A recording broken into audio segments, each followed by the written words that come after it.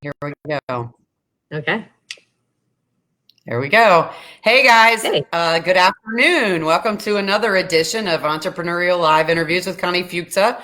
I am interviewing people that I know, some that I don't know that have been referred to me that just, figured out that there's something they really wanted to do and just figured out how to make it happen. They were really passionate about something or saw a need, as we talked about with some people this morning, just really saw a need, something that just spoke right to them and said, this needs to happen, and decided to take it and run with it and created some really great momentum and an amazing business. So I've been working and trying to find some entrepreneurs to share with you guys.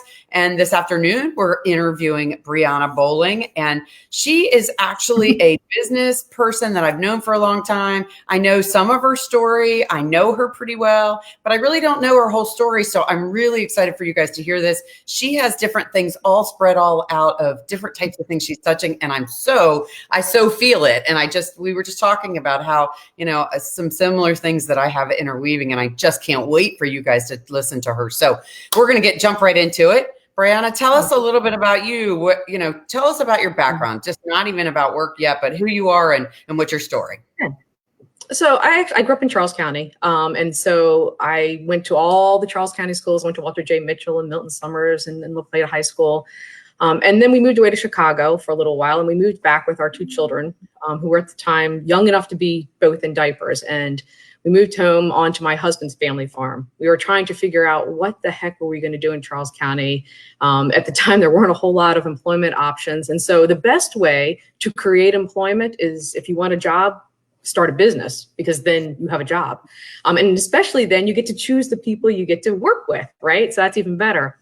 So I wanted to get something started. And so my husband was actually working for a company called Automated Graphics at the time. He had a need to have basically Word documents converted to HTML. And I swear to you, that was like a cool, new, exciting thing that nobody had heard of. And so I said, well, I can do that, but I didn't know how to do it. I was an English literature major. And so I said, but there's a library. And so I went and got myself a book on how to do this. I learned how to do it. And I started converting Word documents on the corner of my bedroom. That's literally where Zakiah started, which is the company I eventually got going. Eventually, I call this the grilled cheese theory, and it's kind of a funny little story, but I joined a group called DC Web Women. And DC Web Women was a networking group for women who were involved in the internet, which was not the way that it sounds today. And so there was a woman on there who was a stay-at-home mom. I was a stay-at-home mom with two kids. She lived in the city. I lived on a farm. And I thought, hey, it'd be nice. We'll have her come down. So she came down with her two kids, and we pet some cows, and we gathered eggs, and we did all these cool, fun things that kids in the city are pretty excited to do on a farm. And at the end of the day, we had some grilled cheese, and it was a beautiful fall day. And I'm thinking, this is a great day. It's a good day with another stay-at-home mom. And it's just great. I've brought some country life to some city kids. But what I didn't know was it was actually the very most important business lunch of my life. Because 9 months later, this woman who was a stay-at-home mom now worked for Signal Corporation, which eventually became General Dynamics. And she called me up and she said, hey, Brianna, remember that thing that you were doing, that whole HTML thing? We had this contract with the Department of Justice. Would you like it? And that was the very first government contract that we got. It's what founded Zakiah Technologies. And it all really came because of some grilled cheese sandwiches and reaching out to somebody, making a connection, explaining what it is that you want to do, what it is you want to do in your future, where you want to go. And making that connection and then staying connected. And so that's something I try to teach to basically all of my employees, but also to anybody that I do business consulting with, is the connections that you're making. And Connie, you and I making this connection today are one of those. Where is this going to take us? And where is it going to take us 2 years down the road, 3 years down the road, or even next week? So that's how Zakiah was founded. It eventually became a $4 million software engineering company that I exited in 2018. And then I started a company called Retreat and Learn, which is a company that really I wanted to have a closer connection to people, and how do you bring enrichment to their life. And so I started a company that we do retreats. They're customized retreats, and they range everything from yoga to meditation to, I have a psychologist who comes and she helps people figure out what are their passions and how are they going to do them and what are the obstacles preventing them from living the life they want to live. So we do this here on my farm here in Southern Maryland. It's a waterfront farm and it's very small. There's like 10 to 12 people in each retreat. And it's way more enriching. It's a great job for me now. And then I do business consulting. So I help other businesses grow and help business owners figure out how to, their business can benefit them rather than basically the business running their life. So those are the things that I do. I'm kind of all over the place, but I have a really fun life. Well, gosh, that story, I just had no idea. I love the grilled cheese sandwich story. Oh my God, that's amazing. You know, you just never know who you're touching, but that is really, this is the heart of exactly why I want to do these interviews today, or right now, you know, not just today. I mean, Right.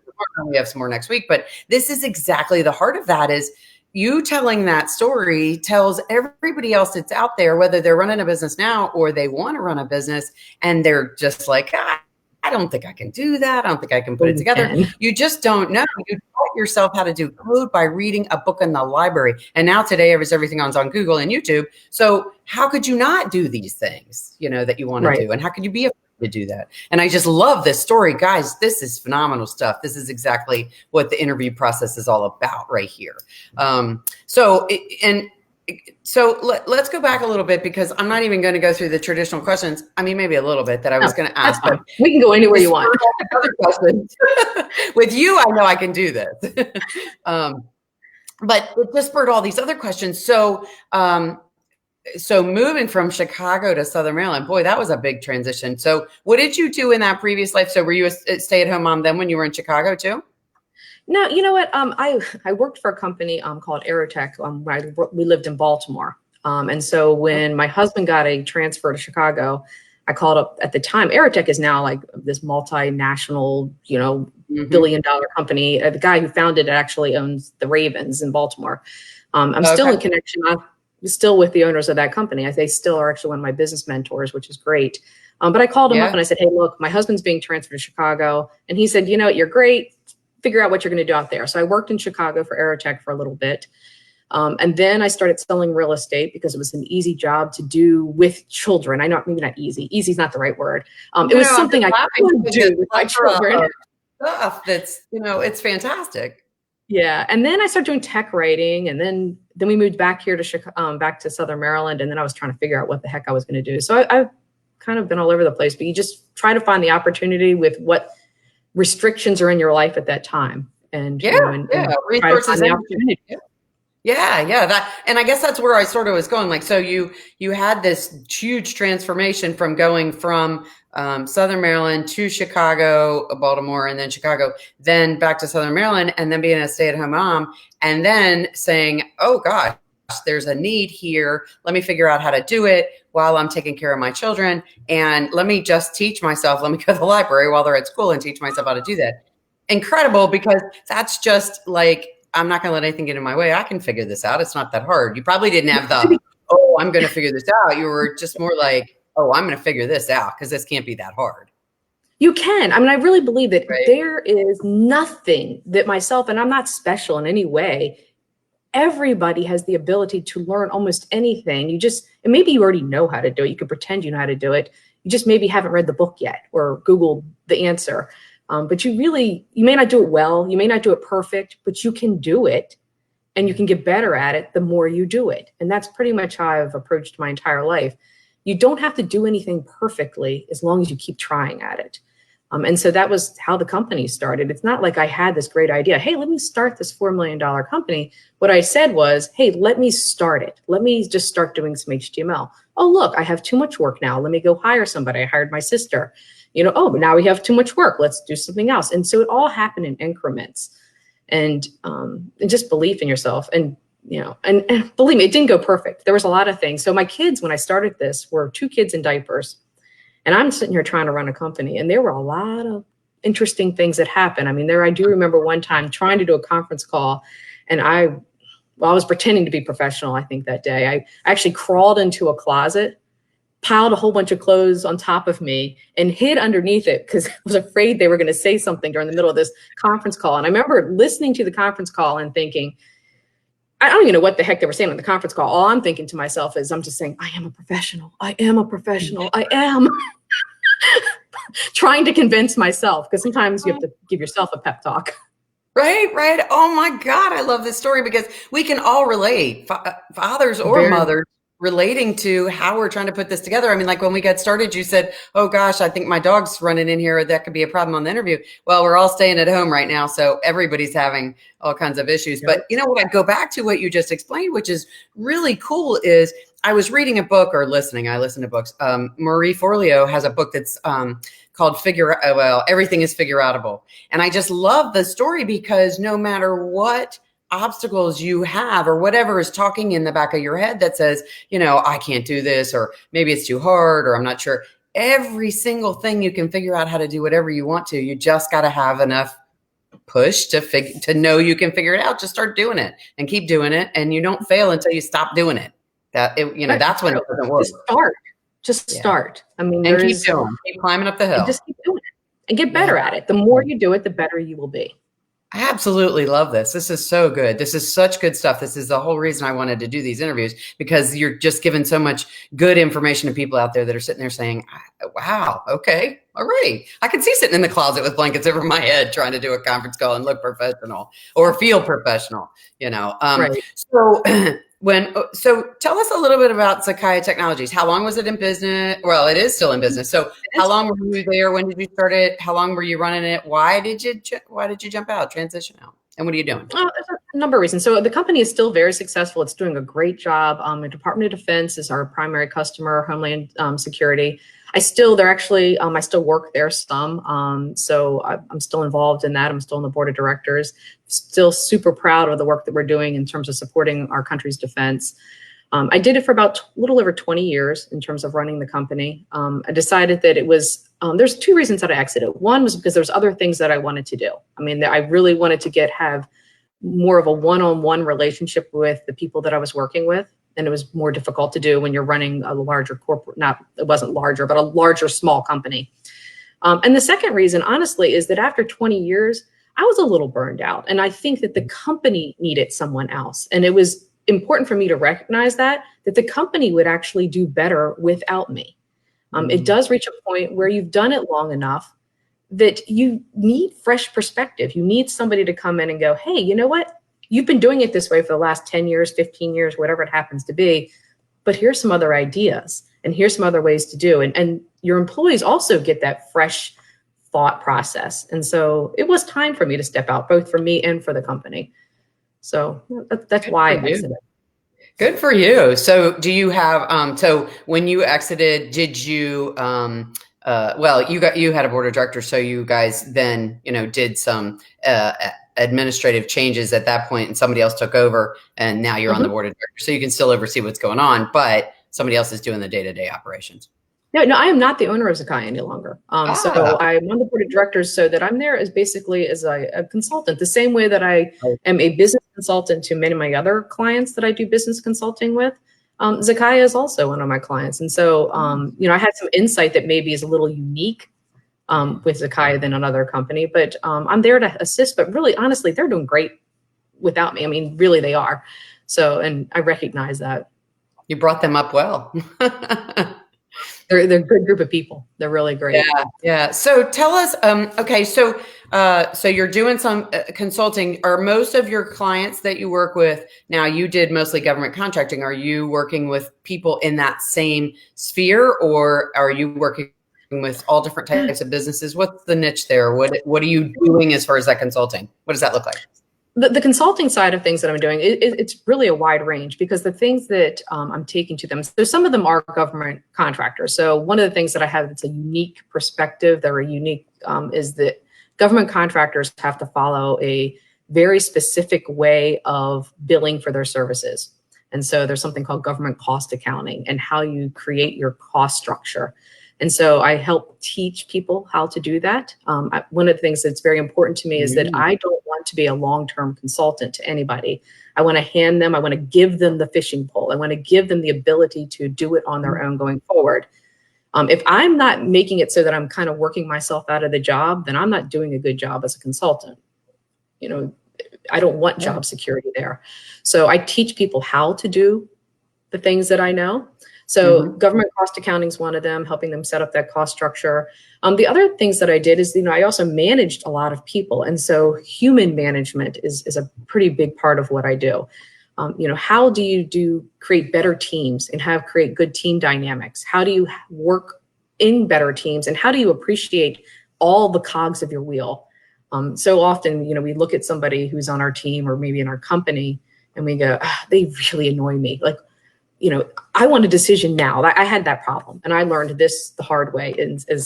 I'm sometimes demanding, as an owner of a company, we want things done now. We want it done our way all the time. We're always right. And it took me a minute to learn, or probably more than a minute, maybe 15 years probably to learn that those cogs, the people in your company who probably drive you most crazy, are the most important people in your company, because they're different than you, and they're going to slow you down, or they're going to speed you up, or whatever it is that they're opposite of you. They're the ones that you have to value the most, in their opinions. And so I teach how to create that appreciation of things. We also teach simple things like time management. How do you, especially for right now, I've been teaching this class on time management in terms of, you're working at home. You're used to having a structure that you go to work at 8 a.m., you walk to the water cooler at 9:10. All of those things have been ripped away from a lot of people. And so how do you create time management of your day, and using different techniques? And that technique's different for every person. So teaching multiple techniques and then letting people design their own system within that. So I teach things. I do public speaking for larger groups. And, and then I also do some business coaching one-on-one with either people who are like presidents or owners of companies, but also people who are just a little bit higher up in their company organizations. Nice. I like the, I do some similar kinds of things, being a business owner for a long time, small business environment though, the team building, or I like how you said the human building and the human connection, because that's so true. That's the thing that people don't get when you say team building. They're like, oh yeah, we're going to play some games and, we're going to figure out how to play together. And it's nothing like that. And, and you talk about leadership, and it's nothing that has this old weird aura automatic concept too. And it's not that at all. And I liked how you said that human building, because it absolutely is the different dynamics of different people. And so I love to hear about that. And, as you're talking about the coaching, navigating through the government contracting side, I'm sure that has got to be just wading through the ocean, for gosh sakes. I mean, it's just an unbelievable amount of stuff. And so that's such a huge advantage that you can bring to, businesses that are just starting out. It is. So, do you have, as far as that business is concerned, how do people contact you? How's your direct connection? Say I can do such and such, and now I want to do some government contracting. How does somebody find you in that arena to get some help? I am super easy to find. In fact, if you Google my name, just Brianna Bowling, I'm going to come up all over the place, both because I have my businesses, but also because I volunteer all over the place. I love it. But easiest ways to reach me is if you're interested in business consulting, you can go to brindan.org. It's BRINDAN.org. And I also have some really interesting articles on there on business management, government cost accounting. I try to give away some information in terms of people who are just starting to work, understand the process. So then when they come to me, they're a little bit educated to start with. So we're starting at a good foundation. So if you're interested in any of those articles, they're out there for you. And then if you're interested this morning actually yesterday, that you had posted on LinkedIn, which was amazing article that I really enjoyed. So if you guys are interested, that's on my Facebook feed as well.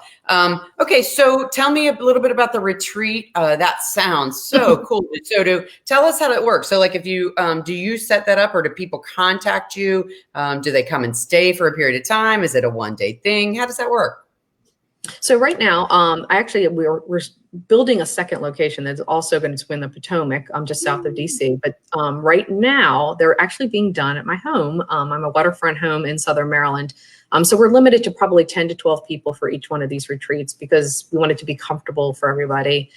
It is literally held in my living room and then out on our front lawn, which is, facing the Wycomico River. Mm-hmm. The best way to be involved in that and to find out what we're doing is, again, my website, which is retreatandlearn.com. And it's AND, not the ampersand or anything. It's retreatandlearn.com. And it has the listing of all the different retreats that we're doing.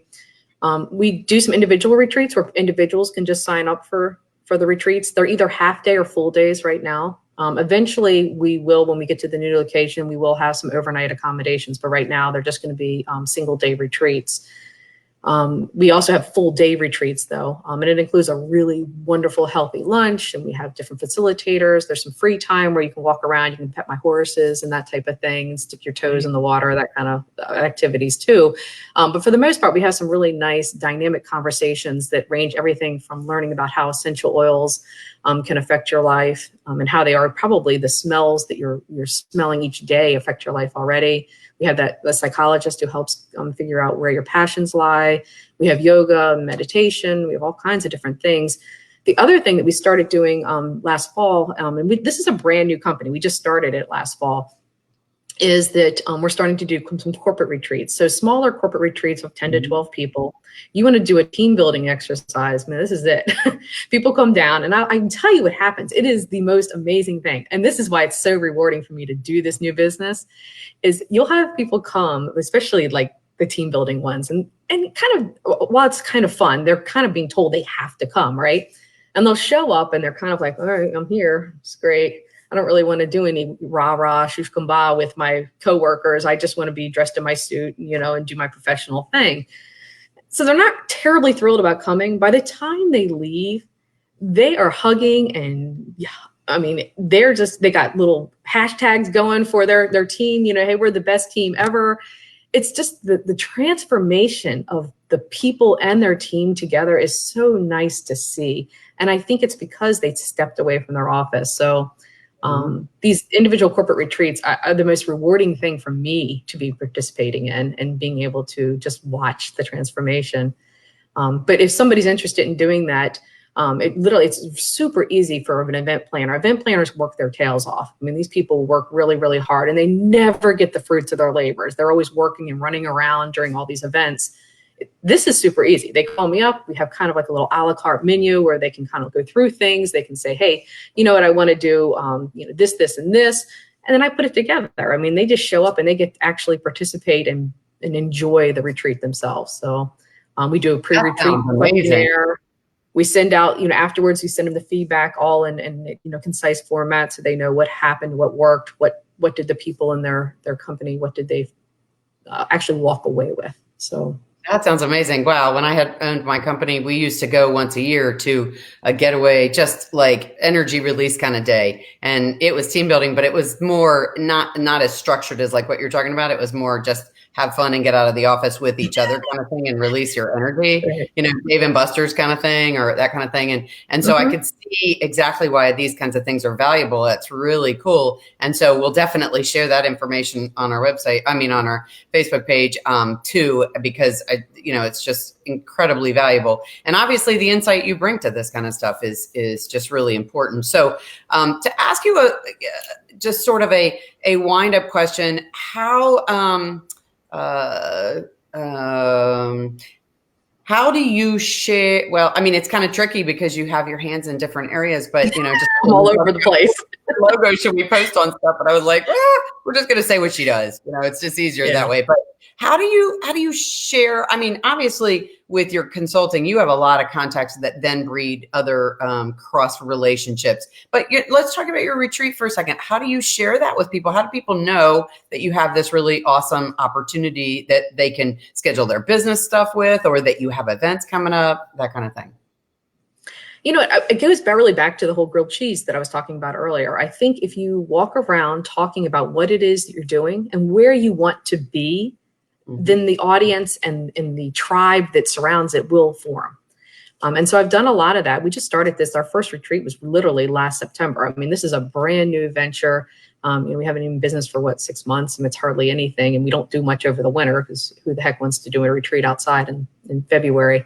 So I tell people about it. We also have a Facebook page. I regularly post on there, what things that are happening. I show pictures of our sunrises and the things that we are doing here on the farm.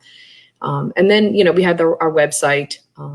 And then I just talk to people. I mean, what I'm doing today with you, and I appreciate this opportunity, Connie. You're doing a great service to a lot of entrepreneurs by letting them get their story out.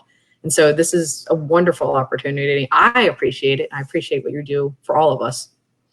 Oh, well, thank you so much. I mean, as I've said a couple times today, but, my passion is, having been in the business world for so long, one thing I realized, I was in one of those businesses that nobody understood. So, talking about, if you guys have listened at all today, the real estate attorney I had earlier was a title real estate attorney. And so I did title. And so nobody really understands what that is. But what I learned is, through the beauty of the internet and all of the social media channels, I had to learn what my story was. And once I started telling my story in bits and pieces, people could realize that there was a lot of things I knew that they didn't even know I was part of, had any connection to, whatever. And so my passion is helping people learn how to tell their story in a way that people grab on, get their attention, that makes them perk up and listen. And so what I really am trying to do with the people that I'm interviewing is get your stories out there, because there's so much goodness that all these people have inside of them and things to share. And look at you with all these different types of connections and backgrounds and experiences you have, and your wealth of interest in just doing it. That is such an inspiration to so many people. And so I'm just very blessed that everybody, particularly you and the ones that have agreed to be on for the interviews, have agreed to it, because it just gives so much information to everybody that's out there, particularly right now. I mean, I really didn't do it surrounding what's going on right now, but everybody's sitting at home, and can anybody watch one more Netflix, and eat one more brownie? And I think we all just need some really good information. And so you're absolutely welcome, but I am more appreciative than you saying that I have the opportunity to interview somebody like you who has just so much wealth of information all the way across the board. Somebody who might be looking at government contracting, somebody who might be a stay-at-home mom is trying to figure out what to do next. God, I got to get out of the house. Or moms that are stay-at-home moms right now that didn't want to be, and just trying to figure that out. But there's just things you can do, like I can sit in the closet and be on a conference call. It's okay. I was watching the Today Show the other morning, and Jimmy Fallon was on, and they were showing how he was doing the show, the Jimmy Fallon. I saw that. Yeah. And his kids were climbing all over his head, and I was like, yes, that's what we all see, that it's okay, because we're all, somewhere we're going to all go through some of these struggles. So between your grilled cheese sandwich and your closet story, and the things that you have cultivated after leaving Sakaya, but even getting into that is just absolutely incredible. And I am so blessed that you agreed to say thank you and be on live with me today. I so much appreciate it very much. Your story is amazing. Well, thank you very much. You are welcome. So I am going to share both. I've took some notes. I'm going to share your information on my Facebook page. And then you guys, the live will be, you can see it again on my page at any time. And then we're going to share links on Brianna's page, and she can share it wherever she wants to. It'll be on my YouTube. And so we'll be able to share this so you guys can all see this over and over. And if you know anybody that you think would be a great person that might want to get their story out, the interview, I'd love to talk to them. I don't have to know them. I'm just really blessed to know a lot of great entrepreneurs, which has been very helpful to start out. But I just want to keep this good energy going for as long as we can take this run. So thank you so much for your time today. Thank you very much. And I'll talk to you again soon. I hope you have a good rest of the afternoon. Stay safe out there. See ya. All right. Bye-bye.